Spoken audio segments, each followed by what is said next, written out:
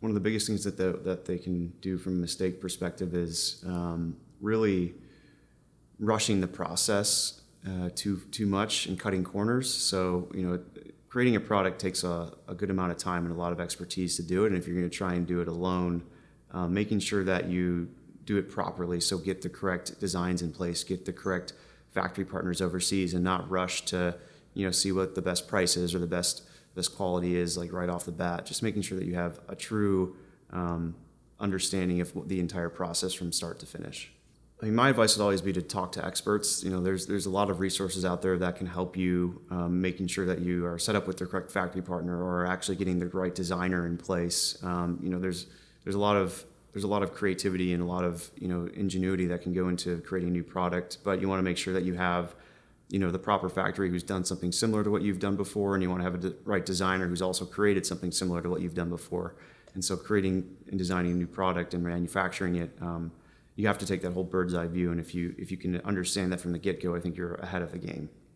On the factory side, especially if you go to China, if you use outlets like Alibaba, you're going to have a lot of people telling you that they've done it before. I think knowing what the proper certifications are, knowing what their supply chain looks like, asking the right questions about compliance, asking the right questions about who they're working for, what other products they've made, how long they've been in business, and then actually going to the factory yourself or getting someone to go on your behalf is the right way to make sure you have someone who's, as a factory, is claiming to be an expert. You can actually verify that in person.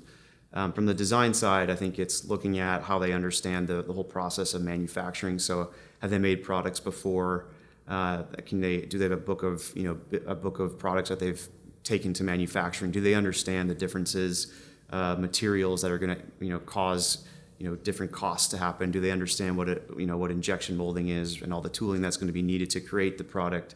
All those different questions are the things that you should be asking as someone who's starting out to be on a new venture for a product. I would ask them to show their safety and management history.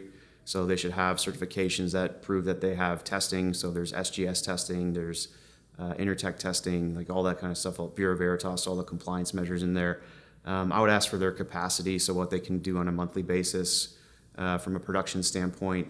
I would ask the factory, who they're currently in production with, if they have this proper certifications to export to countries outside of their own. Ultimately, I'd ask them to send over samples. I mean, that's the best way for you to get a feel for what they've done before. On the design perspective, the questions that I'd be asking is, I'd give them a sample of a couple products and see if they understand, what the price would be for the product that they're making, and that way you'll know if they have an understanding of what the different raw materials that go into the product actually do, and if they can actually make something similar to what you're trying to do. Because there's, when you look at a design, if it's an electronic product, the designer is only going to be capable of making the actual design. You're going to need some electrical engineer to tell you what components go into it, and then how it's going to be housed inside the unit itself. So if they have a fundamental understanding of how that works, you're probably on the right path.